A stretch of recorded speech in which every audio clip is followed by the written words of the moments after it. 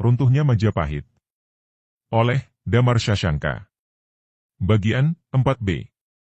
Pemberontakan Demak Bintoro. Para panglima juga mendesak Sang Senopati Agung, meminta kepada Prabu Brawijaya untuk segera memberikan komando terakhir. Perlu dicatat, salah satu panglima yang memperkuat barisan Majapahit adalah Adipati Terung, adik tiri Raden Patah. Dalam hatinya bertanya-tanya, ada apakah dengan kakak tirinya sehingga mengadakan gerakan makar sedemikian rupa? Selama ini, dia tidak melihat ada yang salah dengan pemerintahan Prabu Brawijaya. Tidak ada diskriminasi dalam hal keagamaan. Dirinya yang muslim pun bisa bebas menjalankan ibadah agamanya. Bahkan, bisa dipercaya menjabat sebagai seorang adipati, yang notabene bukan jabatan main-main. Adipati Terung tidak bisa memahami pola pikir kakak tirinya. Dan perintah penyerangan tidak juga segera turun. Seluruh pasukan yang sudah bersiap sedia di barak masing-masing, dilanda ketegangan yang luar biasa.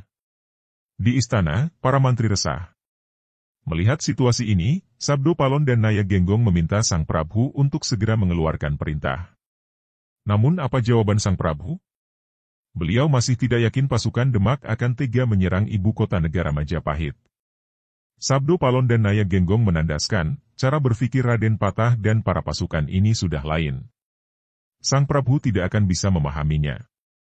Jalan satu-satunya sekarang adalah menghadapi mereka secara frontal. Pada saat ini, tidak ada cara lain. Dan manakala kabar terdengar pasukan Demak telah merangsak maju dan memasuki pinggiran ibu kota Majapahit, dan di sana mereka mengadakan perusakan hebat. Dengan sangat terpaksa, Sang Prabu mengeluarkan perintah penyerangan.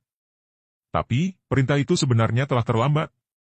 Begitu keluar perintah penyerangan, ada hal yang tidak terduga, pasukan Ponorogo dan beberapa daerah yang lain membelot.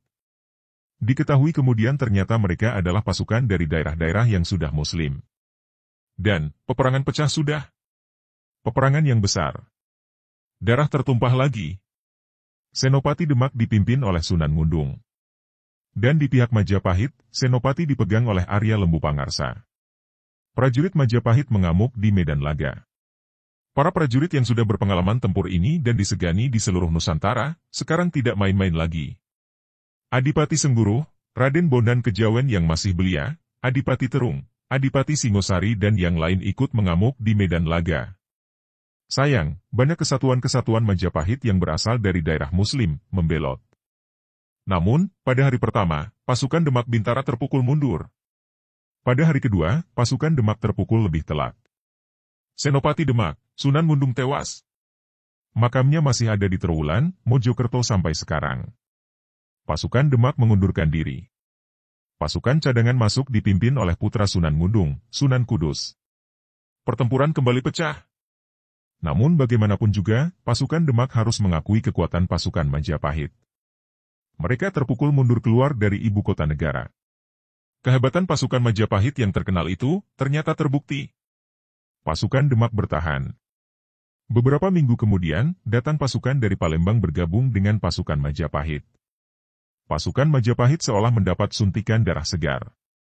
Namun ternyata, bergabungnya pasukan Palembang ini hanyalah bagian dari siasat dari orang-orang Demak. Pasukan Palembang, diam-diam memusnahkan seluruh persediaan bahan makanan tentara Majapahit. Lumbung-lumbung besar dibakar. Semua persediaan bahan pangan ludes. Inilah simbolisasi dari didatangkannya peti ajaib milik Adipati Arya Damar dari Palembang yang apabila dibuka, mampu mengeluarkan beribu-ribu tikus dan memakan seluruh beras dan bahan pangan tentara Majapahit, Damar Shashanka. Majapahit kebobolan luar dalam. Majapahit benar-benar tidak pernah menyangka akan hal itu. Begitu persediaan bahan pangan menipis, dari hari ke hari, pelan namun pasti, pasukan Majapahit terpukul mundur. Mendengar pasukan Majapahit terdesak, kepala pasukan Bayangkara, yaitu pasukan khusus pengawal raja, segera mengamankan Prabu Brawijaya. Keadaan sudah sedemikian genting dan Sang Prabu, mau tidak mau, harus segera meloloskan diri. Ini harus dilakukan secepatnya, karena untuk menyatukan kembali kekuatan tentara Majapahit kelak, sosok Prabu Brawijaya masih dibutuhkan. Dengan dikawal pasukan Bayangkara, Prabu Brawijaya segera keluar dari istana. Pasukan Bayangkara memutuskan agar Sang Prabu menyelamatkan diri ke Pulau Bali. Pulau yang kondusif untuk saat ini. Di tengah kekacauan itu, Dewi Anarawati diam-diam dibawa oleh pasukan Islam ke Gresik. Putra bungsu Dewi Anarawati, Raden Gugur yang masih kecil, diselamatkan oleh pasukan Ponorogo dan dibawa ke Kadipaten Ponorogo. Dan pada akhirnya, Majapahit bisa dijebol. Seluruh istana dirusak dan dibakar. Perusakan terjadi di mana-mana. Maka jangan heran, sampai sekarang bekas istana Majapahit yang terkenal di Nusantara itu, musnah tak berbekas, damar Shashanka. Dan pada akhirnya, terjadilah tragedi kemanusiaan yang sampai sekarang ditutupi. Perang yang semula melibatkan dua kekuatan militer Majapahit dan Demak, kini merembet menjadi perang sipil. Mereka yang merasa di atas angin, kini menjadi sosok malaikat maut. Pertumpahan darah terjadi. Masyarakat Majapahit yang masih memegang keyakinan lama, berhadapan secara frontal dengan mereka yang telah berpindah keyakinan. Di mana-mana, situasi anarkis terjadi. Di mana-mana dua kubu ini bentrok. Di mana-mana kekacauan merajalela. Jawa dalam situasi chaos. Ibu Pertiwi menangis. Ibu Pertiwi terluka. Putra-putranya kini tengah saling menumpahkan darah hanya karena di salah satu pihak tengah dilanda ketidaksadaran. Akibat tragedi yang mencerabut segala sendi-sendi masyarakat Majapahit ini, bangunan-bangunan indah dari Kerajaan Agung Majapahit musnah tak berbekas. Majapahit yang terkenal sebagai macan Asia, ludes dibabat habis. Di Jawa Timur, Majapahit seolah-olah hanya sebuah mitos belaka, karena banyak peninggalan dari zaman keemasan Nusantara ini, hancur karena kepicikan. Hanya sedikit yang tersisa. Dan yang sedikit itulah yang masih bisa kita saksikan hingga sekarang. Eksodus besar-besaran terjadi. Para agamawan, para bangsawan dan rakyat yang tetap memegang teguh keyakinannya, menyingkir ke tempat-tempat yang dirasa aman. Kebanyakan menyeberang ke Bali, Kalimantan dan Lombok. Ada seorang putri selir Prabu Brawijaya yang melarikan diri bersama sisa-sisa prajurit Majapahit dan beberapa penduduk. Dia bernama Dewi Rara Anteng. Bersama suaminya Raden Jaka Seger, dia menyingkir ke Pegunungan Bromo.